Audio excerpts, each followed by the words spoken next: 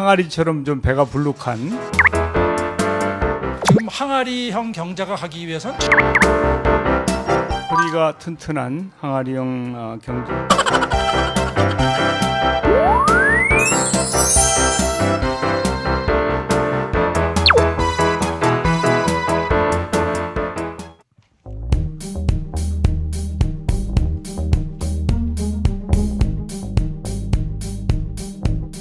오늘 목요대화가 11번째입니다.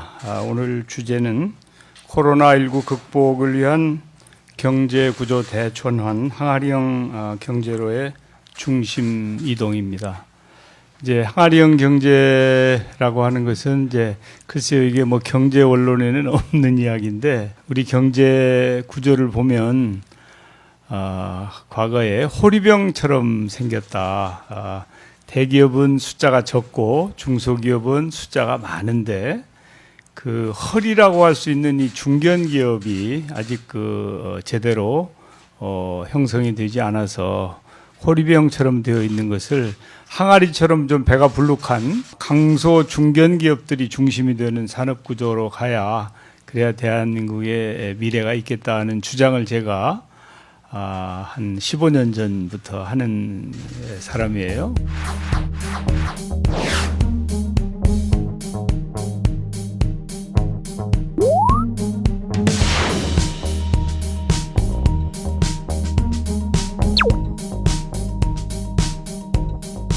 (10년) 전에 낸 책인데 아직도 조금은 그래도 한번 좀 이렇게 버리기는 좀 아까운 부분이 있어서 제가 재고가 있어서 재고도 처리할 겸 오늘 한 권씩 드렸습니다. 항아리형 경제를 주장한 것은 우리가 낙수 효과보다는 분수 효과에 기초해서 산업 구조를 만들고 경제를 활성화해야 되겠다고 하는 주장을 했었습니다. 지금은 이제 코로나19 충격이 심각한 상황이죠. 이 충격을 보면서 다시 한번 그 항아리형 경제 구조가 절실한 때가 아닌가 그런 생각을 갖습니다.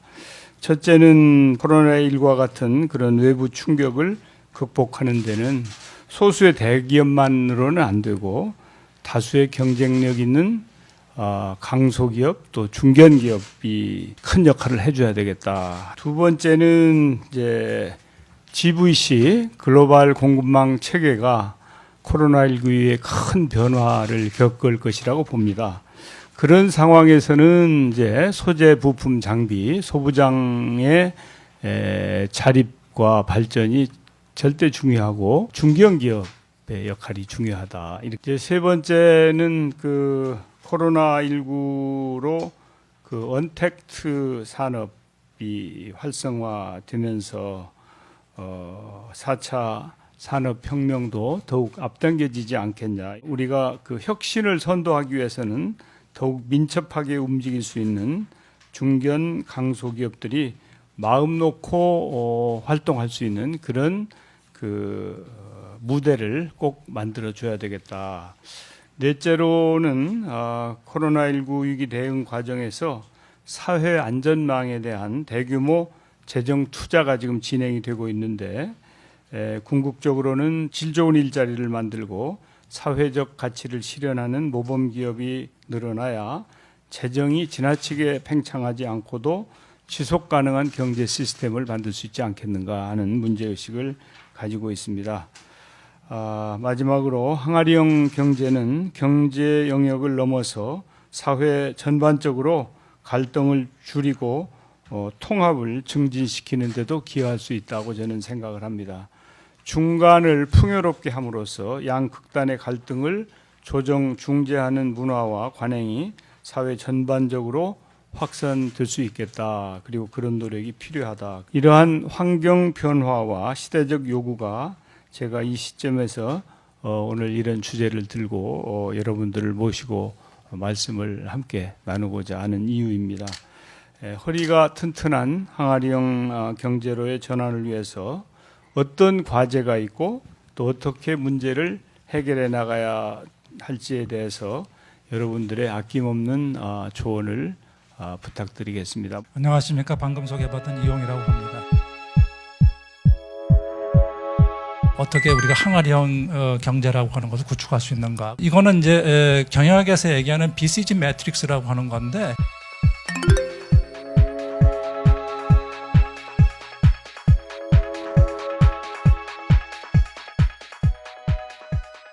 산업정책과 기업정책이라는 두 가지 갈래로 들여다보면 BCG 매트릭스는 아주 간단하지만 이렇게 되어 있습니다. 일정한 규모의 어떤 시장 점유율을 가지고 있기 때문에 시장에 있어서 부가가치를 계속 만들어내는 반도체 같은 것들이 아마 저쪽에 해당되지 않을까 싶어집니다. 박영선 장관님 굉장히 밀어주시고 계시는 차세대 산업군을 육성하는 것, 이건 아직은 확실하게 돈을 번다, 부가가치는 없겠지만 미래를 위해서 우리가 반드시 해야 되는 데카코니니 이런 단어들이 최근에까지 이제 최근부터 쓰이기 시작하는데, 그게 아주 국가적인 스타 산업을 어떻게 만들어 놓을 것이냐라고 하는 거죠. 스타 산업에서 또 미끄러지는 기업들이 있을 때 이걸 우리가 쇠퇴 산업이라고 합니다. 이걸 어떻게 희한하게 유독 작동 안 되는 부분이 하나가 있습니다. 중소벤처기업이 중견기업으로 가는 진입 루트를 차단시켜버리는 각종 제도와 여러 가지 어떤 장애 요인들이 존재하더라라고 하는 거고요. 중견기업에서 경쟁력을 강화시키는 것이 아니라 오히려 홀대시켜서 경쟁력을 약화시키는 정책들이 상당 기간 오랜 동안 지속돼 왔더라라고 하는 것이, 이제 중견기업을 현재는 뭐라고 인식하냐면 대기업의 아류로 인식을 하게 되고, 대기업이니까 더 이상 성장시킬 필요도 없고 알아서 해라. 총리님이 아주 정확하게 말씀해 주셨는데요. 한국의 경제 구조는 뭐냐면 양극 경제다. 이 중견기업이 도대체 육성이 왜 안 되는가? 왜 이렇게 진로가 차단되어 있는가? 우리나라의 지금 현재 기업에 대한 정의는 과거에 중소기업, 대기업과 같은 이분적 개념으로 탁 구분되어 있습니다. 그런데 이 대기업 안에 누가 들어가느냐 하면 중견기업이 이제 혼입되어 있는 거죠. 그러다 보니까 중견기업은 대기업이야, 이게 정의하는 겁니다. 대기업이라고 하는 기업들은 이미 글로벌화 되어 있기 때문에 정부 정책으로부터 영향을 받는 게 그렇게 크지 않습니다. 사실은요. 그들 기업에게 가야 될 모든 유탄을 누가 맡고 있느냐 하면 중견기업이 맡고 있다라고 하는 겁니다. 피터팬 증후기라는, 나는 중견기업 안 될래라고 하는 희한한 중소벤처기업에서 대기업으로 넘어가니 중간 다리가 부러져 있는 형태가 대한민국의 형국이다. 지금 항아리형 경제가 가기 위해서는 첫 번째 해야 될 게 중견기업의 숫자를 늘려줘야. 벤처 1000억 기업이라는 제도가 있어요.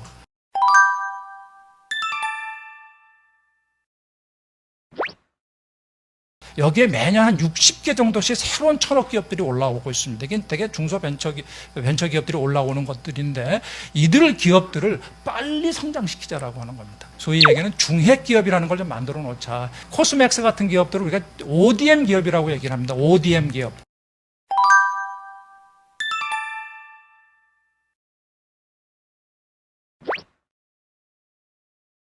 다시 말해서 다른 기업을 위해서 제품을 만들어주는 기업이죠. 이 기업에서 뭘 하느냐면 옆에다가 협력기업들, 중소기업이나 벤처기업들을 발굴을 해서 돈도 대주고 발굴도 하고 이런 어떤 그런 역할을 통해 가지고서 어떤 한 생태계를 만들면서 같이 가는 어떤 그런 재미있는 현상이 일어났어요. 그런 것들은 이제 중핵기업이라고 정의를 하고, 이런 것들을 좀 많이 육성하면 훨씬 의미 있는 중견기업이 만들어질 수 있겠다. 이 허리가 살아있는, 그다음에 미래에서 새로운 가치를 만들어낼 수 있는 기업들의 군들을 잘 만들어낼 수 있지 않을까 생각이 들어집니다.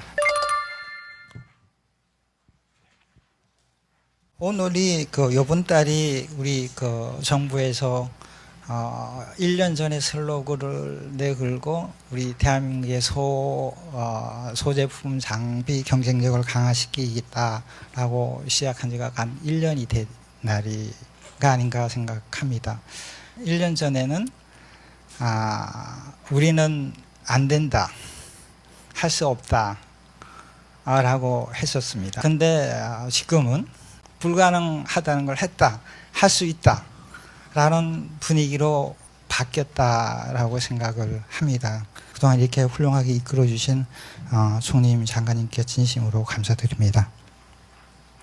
왜 그동안 소부장 히든 챔피언이 나오지 않았는가? 나올 수 없는 게 아니라 하지 않았다. 99년도 말에서 2000년도부터 반도체 디스플레이가 한국에 세계 1등 했는데 1등을 하기 전에 1등 일본, 미국, 유럽 장비 부품 재료 회사하고 협력해 와서 그 회사가 다른 회사랑 협력하는 방법이나 정보를 습득해서 우리가 빨리 쫓아갈 수 있는 상황이 되었습니다. 근데 지금 우리가 1등이 됐다.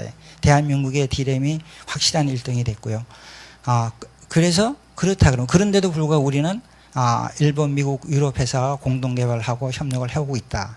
지금은 우리가 그런 방법을 통해서 정보가 유출될 수도 있는 상황이다. 그래서 이제는 자체적으로 국내에서 대중소 기업끼리 협력하고 같이 연구해서 세계적인 경쟁력을 구축할 때 지속적인 1등을 할 수 있다라고 생각합니다. 신뢰가 합쳐질 때 성공이 가능하다라고 생각합니다. 혁신은 태어나는 거고 시간이 지나면 물거품처럼 사라지는 게 혁신입니다.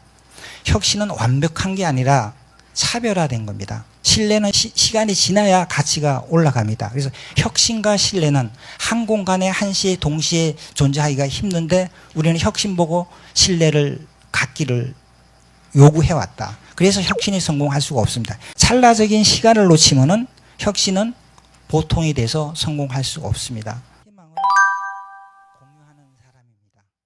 과거에는 보스형이 산업 경제를 성장을 시켰지만 앞으로는 리더형이 성장을 시킬 수밖에 없다. 저는 보스형은 돌격 앞으로 형이고 리더는 나를 따르라 형이다라고 생각합니다. 지금의 젊은 사람들은 돌격 앞으로 했을 때 앞으로 나가는 사람이 없는 리더가 지옥인지 천당인지 길을 닦아서 나를 쫓아와라 할 때 젊은 사람들이 쫓아오는 시대가 됐다라고 생각합니다. 왜 성공하지 못하느냐? 세계 경쟁에서 이기지 못하냐를 제 나름대로 고민을 해봤는데 성공은 속도 곱하기 혁신의 가치 나누기 시장의 기득권이다. 총리님께서 분수의 경제라고 말씀하셨습니다. 이게 굉장히 엄청난 철학이 있는 말이고요. 속도를 올리고 혁신의 가치를 높이는 것은 개인과 기업의 몫이지만 시장의 기득권을 조정해주는 일은 리더와 정부의 역할이다라고 생각합니다. 저는 성공과 혁신과 1등은 리스크와 속도와 시간의 변수를 극복한 결과다. 근데 우리 지금의 현재를 살아가는 젊은 사람들은 리스크를 피하고 속도와 시간의 변수를 극복하려고 하지 않습니다. 이걸 극복할 수 있는 사람이 대한민국을 성장시킬 수 있는 사람이고 이런 사람이 리더고 그래서 우리 모두가 개혁과 정신 함량에 함께 힘을 모아야 되지 않을까라고 생각합니다. 이상 마치도록 하겠습니다.